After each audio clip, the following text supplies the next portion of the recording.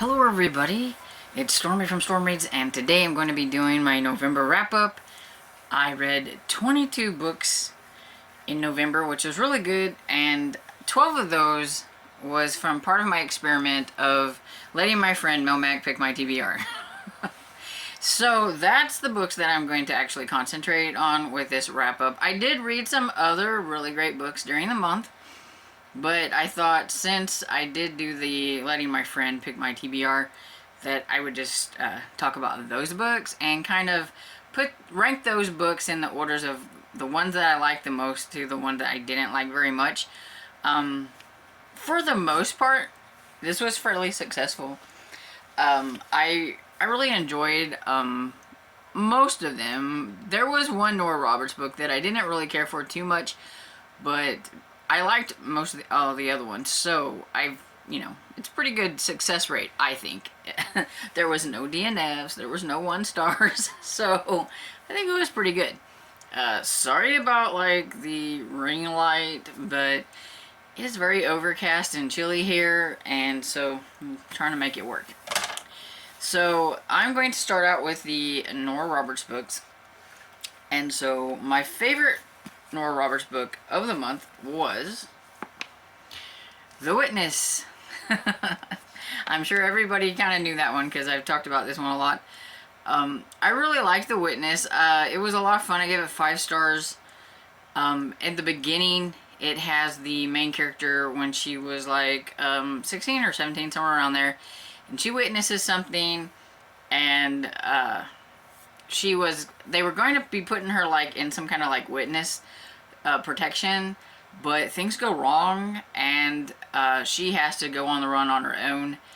And so she has been on her own, trying to stay out of like any kind of like limelight of any sort, trying to stay away from these guys who could kill her. They're Russian mafia, and she is now, like, when it goes to the next part, she is like in her, I think, mid to late 20s or something like that, and she has went to school for like cyber kind of thing. She wanted to be an FBI agent, but of course everything went out the window with what happened. But she kind of learned like the next best thing was cybersecurity and stuff, and so she got really good at it, and she's very good at like hacking and all that kind of stuff, that she can keep an eye on the people that could ruin her and kill her, and also kind of track what they're doing. And she's wanting to take them down, and she just keep track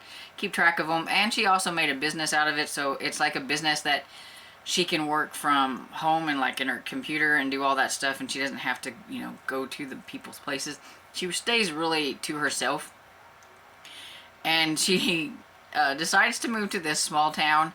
And of course, it's a town where everybody is kind of nosy, and so it kind of forces her to get to know her neighbors a little bit. The sheriff in town, Brody, goes to say hi to her, wants to like see, why is she like never comes to town, never does anything. He's like really curious about her. And then of course he tells his mother that he went and visited, and so the mother decides, oh, well, I need to go and visit. And so, yeah, so it kind of gets her out of her comfort zone, and she's not wanting to get to know anybody because she doesn't know what's going to happen next or anything like that. And it was just a lot of fun. I liked it because she was very naive in the beginning. She's very book smart. She was sheltered by her mother, who planned her every move, and she could only do certain things that her mother approved of. So like she never really got to watch any movies from her, unless her mother approved of them. She never got to listen to certain music unless her mother approved of it. She only took certain classes that her mother approved of, things like that. So she's very sheltered and naive about things, and I liked that about her when she was young, because it was funny. And I was afraid when she got older she would be a little bit more cynical because of the things that happened, but because she had to keep herself sheltered and like away from everybody else, she really never has got to know people and to open up. So she's still that kind of naive a little bit book smart, and like that's the thing. She would like spout something off you know, some kind of fun, like, fact, you know, to Brody or something, and it was always funny. And that was, like, one of the things that he really liked about her. You know, he thought that was kind of fun. And so, yeah, I really like this one. Then my next one is Carnal Innocence. And this one, I gave, like, I think 4.5 stars to. I really liked it. It was a romantic suspense. And this one is about, is it Caroline? Yeah.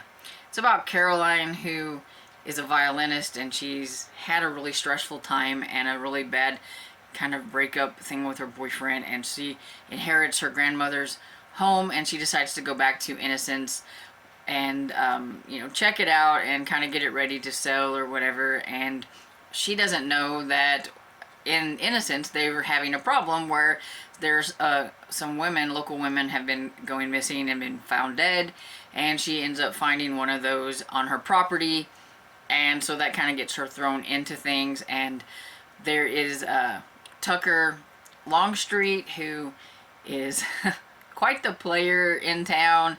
His whole family are it's kind of like what they're known for. No matter if it's the men or the women, they are quite players and things like that. And of course, some of the women that have been found dead are also women that Tucker had dated, so he is kind of a suspect. The local law enforcement and Tucker are friends, and so it's like maybe he's a little partial to that. He doesn't, you know, really think of Tucker as a suspect. Then the FBI get brought in, and of course the FBI zone right in on Tucker and stuff. So Caroline is getting to know him and having to, you know, make sure, you know, hopefully she's not getting to know a killer. She doesn't really think he is, but, you know, you still, there's like that and everything. And I really liked it. I thought it was fun. It's kind of like they kind of formed a relationship without actually forming, you know, like actually saying a relationship. Like, it's just like he kind of broke down her defenses and kind of moved in a little bit at a time to where she really ended up liking him. It was kind of fun. And the ending of this was quite the shocker for me. I really didn't go there with the whodunit part, and so I thought that was quite fun, that it was really somebody that I would never have suspected. Then the next one I'm going to say would be Blood Brothers. And I liked Blood Brothers a little bit more. I think, okay, it's really hard because Dark Witches and Blood Brothers are a lot of like. And so I like them both almost the same. They're both the first in Paranormal trilogies. And they both have the very same formulaic style. I've been told this is kind of how she does her trilogies. So you have 3 guys and 3 girls, and it seems like they automatically just kind of form unions or whatever. And so in Blood Brothers, there's Caleb, Fox, and Gabe, and they were friends as when they were young, and when they were 10, they did this blood oath thing. And when they did it, something really strange happened. And now their town is kind of like cursed. And so, like, every so many years, I can't remember, for 7 days, like, these really horrible things happen. There's this really scary kind of creepy demon kid thing that hangs around and all that stuff. And it's about to happen again, except for this year it seems like, and now they're adults, so it seems like it's becoming like it's more things are happening and stuff. And there's a lady who comes, and she's a reporter, and I think her name is Quinn, and she's wanting to report on these strange happenings and stuff. That's kind of like the thing she likes to do. She don't necessarily believe in it, but she just likes to report on it. And then she sees things, and usually only the people that live in that town, you know, can like do the people being outside of town. That's always kind of strange. And then of course there ends up being a lady that ends up there, and then another lady that ends up there. And so they're all, by the end of the book, you've got the 6 main characters, but this book is based on Caleb and Quinn. And I really liked the characters. I mean, I liked them all. It was a lot of fun. I liked the paranormal aspects of it, and I just like the characters in general. And so I give this like 4 stars, but I give this one Dark Witch 4 stars as well. So I mean, they're both kind of the same. This one though is set in Ireland, and it's about a lady. So in this one we have Iona, and she's learning that from her maternal grandmother that she has this Irish heritage, and there's some witches in her family, and she knew that she had some kind of power, like she could do some things. She doesn't really know anything about it, so she has decided she wants to go to Ireland to learn about this and find her cousins, because she knows she has cousins there, and that they pertains to the Dark Witch. And so she goes there, finds her cousin Branna and Colin, I think. And while she's there, of course, learning, all she wants to learn about her cousins and the Dark Witch, and she learns about this whole, like, there's this other, like, entity witch, like warlock or whatever, from a long time ago that has to do with the Dark Witch, and he wants their power. He wanted their power a long time ago, and he still wants their powers. He's still there. And so she's trying to learn her powers and to hone her powers and things like that, because she's going to need them later on. And while she's there, she meets Boyle, and I liked Boyle. He was a lot of fun. But of course, there's Boyle, there's Colin, and then there is their friend, whose name escapes me, but there are 3 guys, and of course there will be 3 girls. There's her and Branna, and then, is it Mara or something? Mara? Anyway, it's Branna's friend, and so got them all. Oh, Finn is the other guy's name. Ha, I remembered. And so we've got the 3, and you've got the paranormal thing, and that there's this dark entity that they're going to have to battle, kind of the same as Blood Brothers. So they're kind of even. I like them both just the same. I just felt when I was reading them that, boy, they seem like really familiar, like really similar, and things like that. This one came out in 2013. So Blood Brothers, of course, was from 2008, I believe. So it came out, you know, earlier. So it was first before this one. But they seem kind of the same to me. But I think if you like the setup of one trilogy, you would like probably the setup of the other trilogy. Okay, next up I have Naked in Death by J.D. Robb. So it's the other Nora Roberts. And this one is the first in a long, like super long series. So I'm pretty sure that it probably gets better as it goes.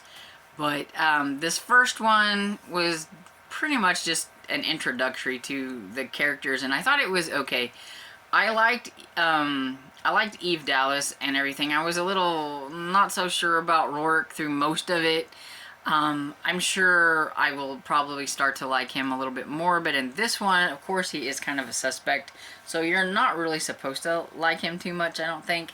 But Eve is a detective, and it's kind of set in a futuristic time, so it's a little sci-fi, but it didn't really feel too sci-fi. It's just sometimes they would talk about going like off-planet, or talking about gadgets that you never really, didn't know a whole lot about, and comms, and things like that you would associate with like kind of like a sci-fi setting and everything. But other than that, it was just your basic run-of-the-mill detective story, crime story about some women who were being murdered, and they were prostitutes, and she's trying to figure out what's going on with that. And you've got a senator.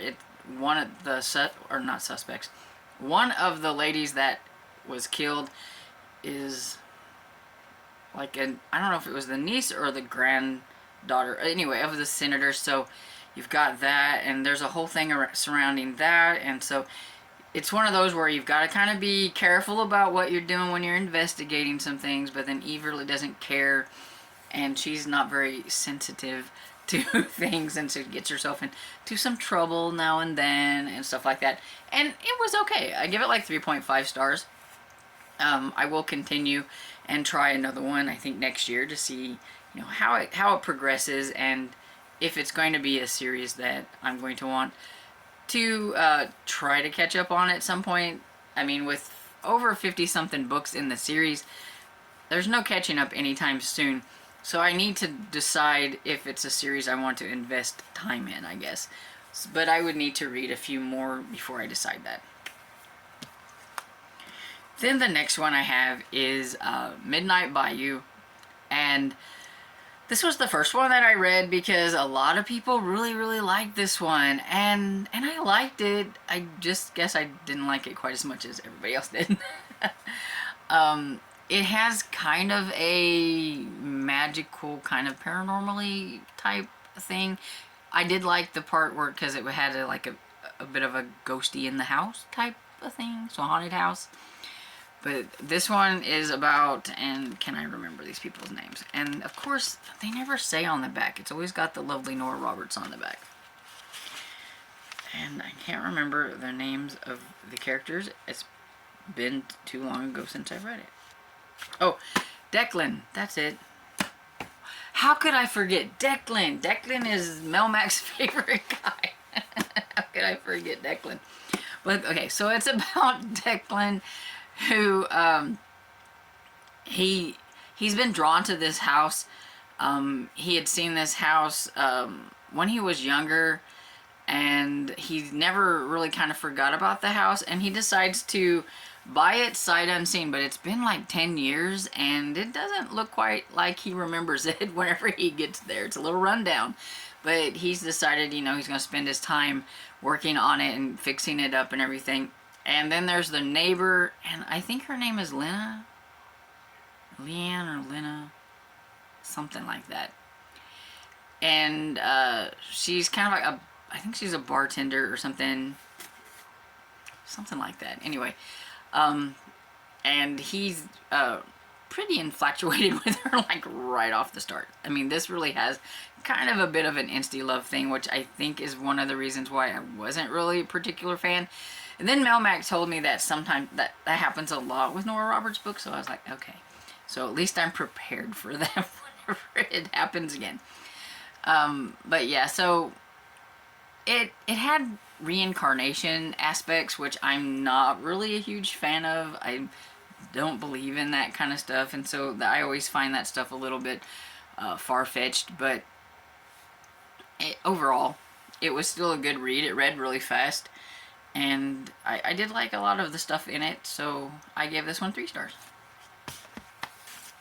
Which brings us to the last one, and the one that I wasn't a big fan of, and that would be Honest Illusions. This one, maybe I'm finding out that I don't really care about books about magicians, because I don't know. It's either that or it's just the way this one was written, and I think really it's the way this one was written. This one was just straight up contemporary romance. I prefer the either paranormal ones or her romantic suspense. This one, just maybe that was it too, is just straight up contemporary. But it has the story. I kept thinking, you know, because a lot of her other ones, like, you start out in, like, I don't remember when this one starts out, but like, say 1970 something, and then you learn about these characters when they're younger, and then it goes to present day, and then you have, like, whatever's going in, that's like the rest of the story. That's not what really happens in this one. So you start out when they're younger, and you meet, what is his name? Luke? Yeah. You meet Luke and Roxy when they're younger. Like, I think Luke is like 12 and Roxy is a little bit younger. And he You meet him whenever Roxy's father, who's a magician, catches him. He's pickpocketing and stuff like that, and knows what he'd done. And he says, hey, you should, come and stay with us and learn the tricks of the trade, because pretty much what you're doing is like being a magician. And then you find out that not only are they magicians, but they are thieves. so he thinks, he could probably teach Luke the tricks of the trade of that too, and have an extra thief in the family. So Roxy and Luke are raised together and everything. He's like adopted. So Luke thinks of Roxy as like his, kind of like his sister.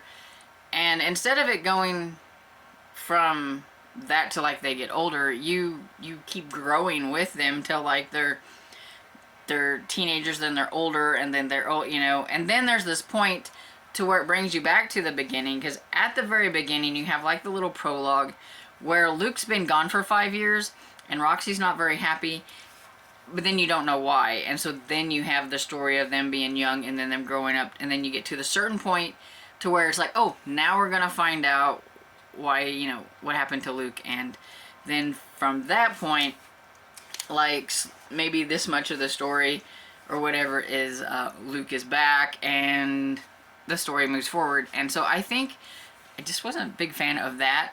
Maybe the writing style of this one, how she put it together, I wasn't a fan of, because I kept thinking, well, is he ever going, are they ever going to split, or is it just going to be them growing up? And so I was like, are they ever going to get to the romance part? Because that didn't happen until like probably over halfway. So I was like, so I think that's probably why I didn't like this one so much. And I gave it 2.5 stars. And that's all the Nora Roberts books that I was able to get to. She gave me a choice of 10, and I got to 7 out of the 10. So I think that's pretty good. And what I've learned is I don't mind Nora Roberts. I like Nora Roberts. Most of her books I really enjoyed. I like them. I do like the romantic suspense and the paranormal a little bit more than just the contemporary. But maybe not so many in 1 month. I'm going to continue to read Nora Roberts next year.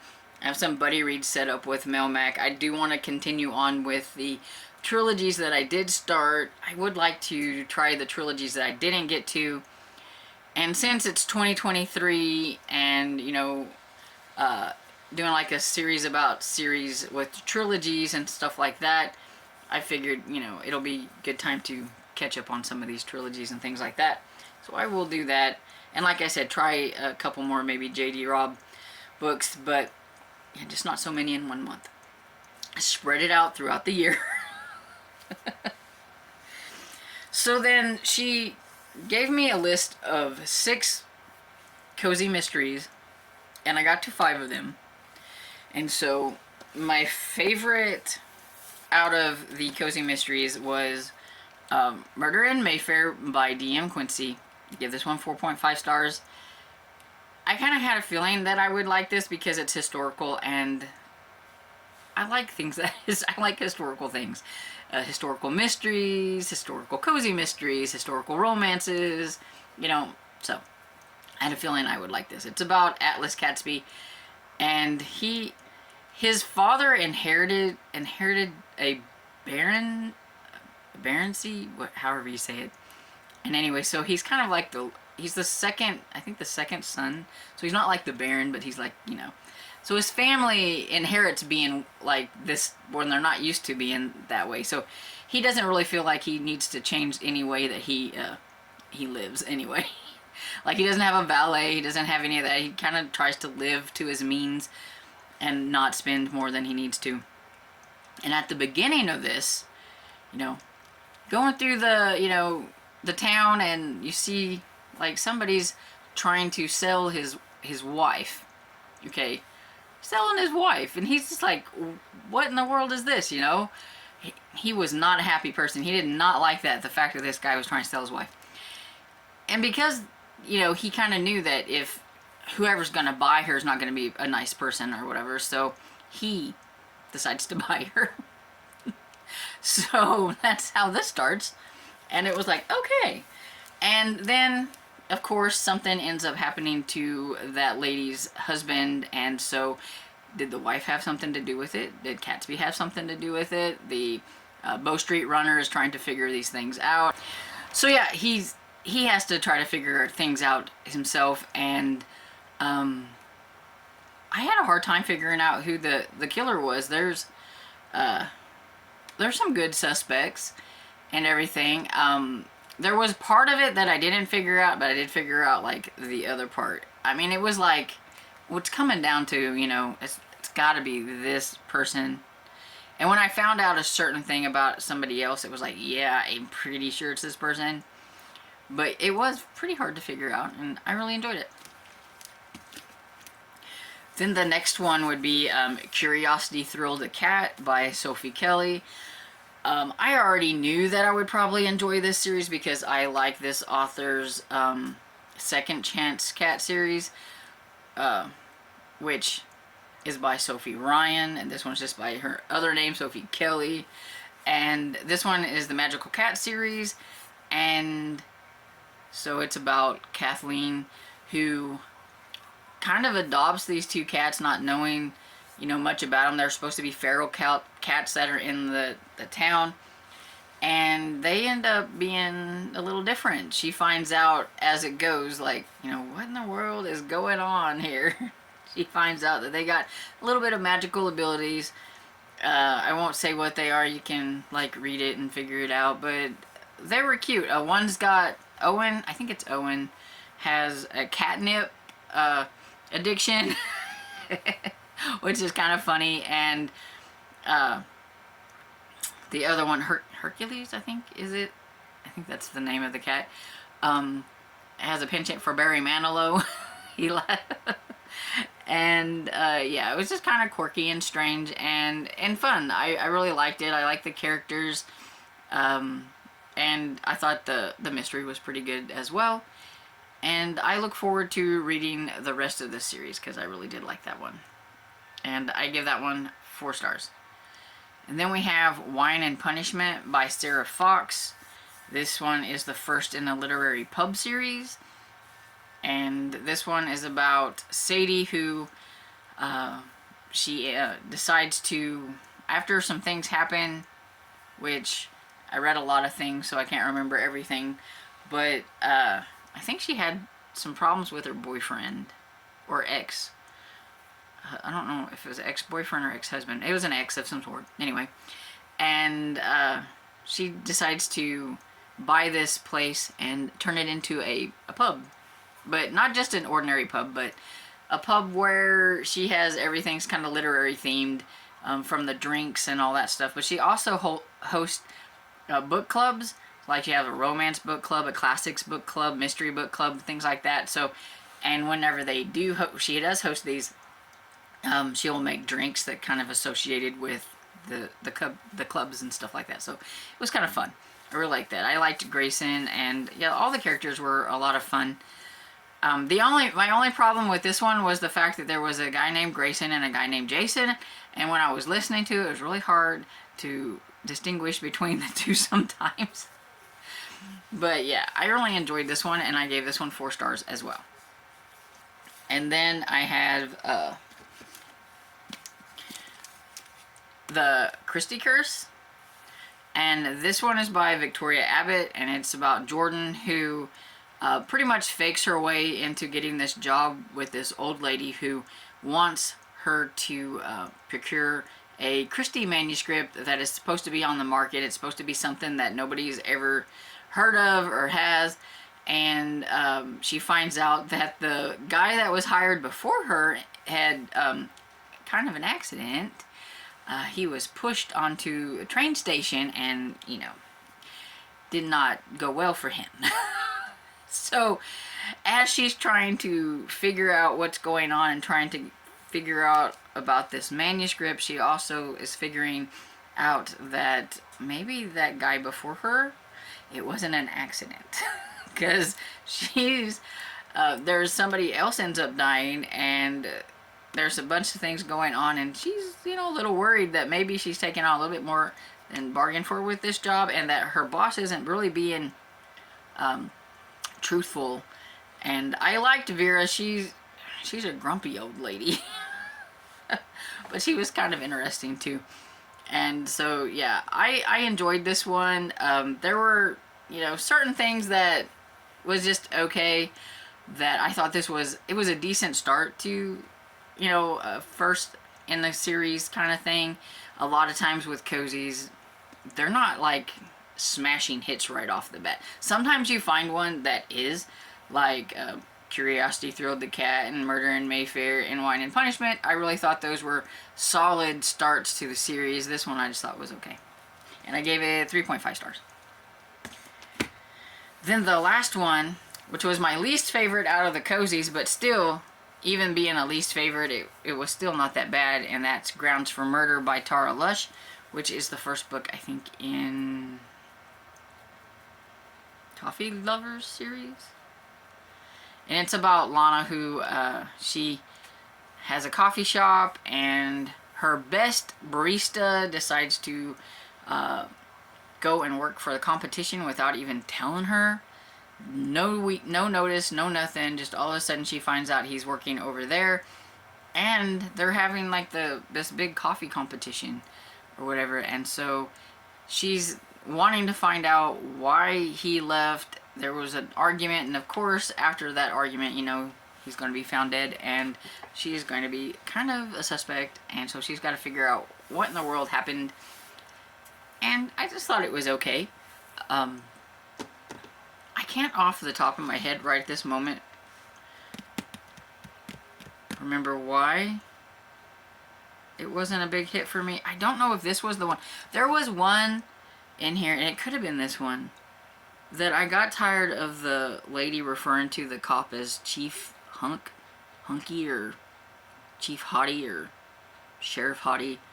One of these had that going for it, and I think it might have been this one. And it was like, okay, I got it. But so yeah, I think that was the one. I think that was why I gave it 3 stars. It was okay. I mean, like I said, it's first in a series. They don't always hit it out the first go around. All 5 of these series, I'm looking forward to trying another one from all of them. Some more than others, but I am looking forward to giving them all another try. And so, yeah. So what I learned by letting somebody else pick my TBR. So either me and Melmac, we just have aligned taste in books, for the most part, Or she's just really good at picking things. I know she tried to pick books that she thought I would enjoy, but that were also some of her favorites and things like that. I'm pretty sure she knew the cozy mystery aspects of this would probably be easier to pick for than probably the Nora Roberts ones, but overall did pretty good. And The Witness was a complete success all across the board, because this was the one that the publicist, whenever Melmac emailed the publicist to ask Nora Roberts for a recommendation, and she said, well, Nora's going to say all of her books. So the publicist said when she gave this book to her husband to read, he really enjoyed it. And so she recommended that I try reading The Witness. So, hats off to the publicist. She did a really good job with recommending this one, because I enjoyed it, and I think pretty much everybody that read it with me, there was quite a few people that decided to read The Witness. They all enjoyed it too. So it was pretty good success, The Witness. So have you read any of these books? What's your opinion on any of the books that I have read? Did you like them? Did you not like them? Maybe you haven't tried them, but you might give them a try now. Let me know what you think about them down in the comments. And I hope you have a great day. And if you enjoyed this video, please give it a thumbs up and subscribe. And I'll see you all in the next video. Bye.